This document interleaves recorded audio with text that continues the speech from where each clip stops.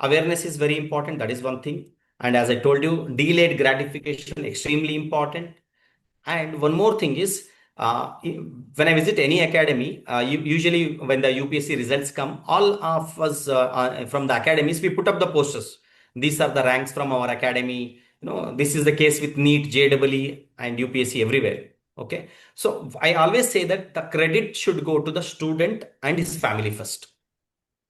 Credit is not to us teachers, not to us the academies. It is for the student and their family, because they have done a lot of sacrifice. The family has stood by the student. They have done a lot of sacrifice. They have pushed the student. They have supported them financially, emotionally, everything. So they should get the credit. So I always say it is the student's effort and the family's effort first. Then comes the academies and the teacher's effort. So in this case, the family has to be supportive. That is extremely important, because in our career counseling sessions, we involve parents as well. So we counsel them as well, and we say that you have to stand by your children in their journey. The more emotional support you give, the more stronger they become, and then there is a higher chance of success when the parents stand by the kids. Otherwise, that creates a negative impact on the students when the parents are not actually supporting them. That is actually effect for them. So that's why there are a lot of suicides and so many things are happening in the society. We address that point as well. You know that every 45 minutes there is a student who is committing suicide in India. So every day, approximately 30 to 35 students are committing suicide. This is because of the societal pressure which is created. And this societal pressure is created, and parents are assuming that there is so much of pressure. Okay. Whereas actually there is no pressure in reality, but parents are assuming because they compare their kids with others. That is one part, very important part. Right from school, they start comparing. Their kid has got 99%. You should get more than that kid. He got first rank. You should get better than him. You cannot come lower. You should not get lower marks than them. They start from primary school itself. This is the negative behavior of the parents. So my suggestion in all my career counseling session is never compare your kids. We cannot judge any kid by just their academics. Okay. So that is somewhere I think the parents role comes into picture, because when I meet our IS aspirants and other aspirants, they are tense because they will say that, sir, with what face will I go back to my home? They will treat me as failure. The entire relatives treat me as failure. The village will treat me as failure. So I'm very much scared. I'm very scared. I'm staying here. I'm going to stay here 3 years, 4 years, 5 years, 6 years. I have seen people staying for 6 years away from home. They want to make sure they go with some job. I have seen. So they are going through, a different kind of trauma they are going through, which is unfair with them, which is unfair with the kids. We should not be like that. So the parents have to be cautious here. The society in general, including all of us, we should not compare our kids. We should not put pressure on. Beta, you tried, good. You could not do it, no problem. Come back. Life will not end here. We have a lot of other things to do. No need to worry. Recently, you might have heard, just because the NEET paper got leaked, before the re-exam itself, so many students committed suicide. They wrote, suicide notes that, no, I can't take it. I can't take the stress. So this stress is created by us. This is an unrealistic stress, I feel. The same thing is there in UPSC as well.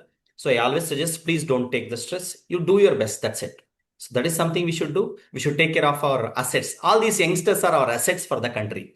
Not everybody needs to be IS officer. Not everybody needs to be IPS officer. Somebody can become a teacher. Somebody can become a YouTuber, and they can bring, give a good impact to society. So there are a lot of things to be done. So this is something we need to take care. That's what I actually focus more on my counseling sessions, which I go for the Hindu, along with the IAS IPS preparation. I give these tips as well.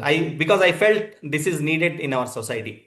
Very much, very much. So I think you nicely summarize your entire content for the benefit of our viewer also as well. And thank you so much. And so one thing I really wanted to ask you about the AI, right? So now AI is doing one thing is that, so it's simplifying the information, giving a lot of information at the same time. And the attention to detail is coming down, and the attention span is coming down.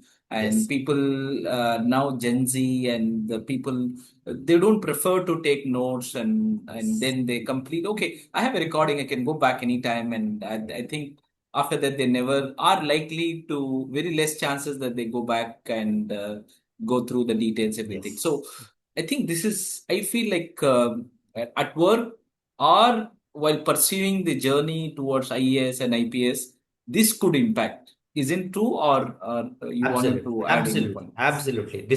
This will definitely impact because the basic quality of any aspirant is reading habits. That is the basic quality. They should have reading skills. They should have patience. They should have consistency. If they have these qualities, then only there is a chance of success. So if they are addicted so much to the technology that they don't read, then it becomes very difficult for them. That is not going to help them because most of my aspirants, even though they belong to Gen Z, they have understood the reality and they stay away from most of the social media except for any particular materials usage. They will not touch their phones. They will focus on the books. They go by the books because books have given authentic information. AI, although definitely it helps, but there is a chance of error in AI. So keeping that in mind, we have to balance. Should have a balanced approach that whenever is required, we can take AI's help as well. There is nothing wrong with that. We can use the tools, but the focus primary should be with the reading habits, which are through traditional books. That will help a lot. Absolutely. I think you have greatly put forward that point, and I also echo the same point. Actually, like, I think, in the previous session we had, and there is something about neuro-linguistic programming. That means Sir has nicely put forward, actually, anything documentary, if we wanted to put some phrase or questions and all that, you do your part and give it to AI. AI will refine the version and Yes, give it to you, right? So, yes, and then heavily depend upon the AI. Sometime, yes, you will not be able to improvise your knowledge and all that. yes, I yes, yes. 100% That will impact our cognitive abilities. We will forget to think only. true, Like true.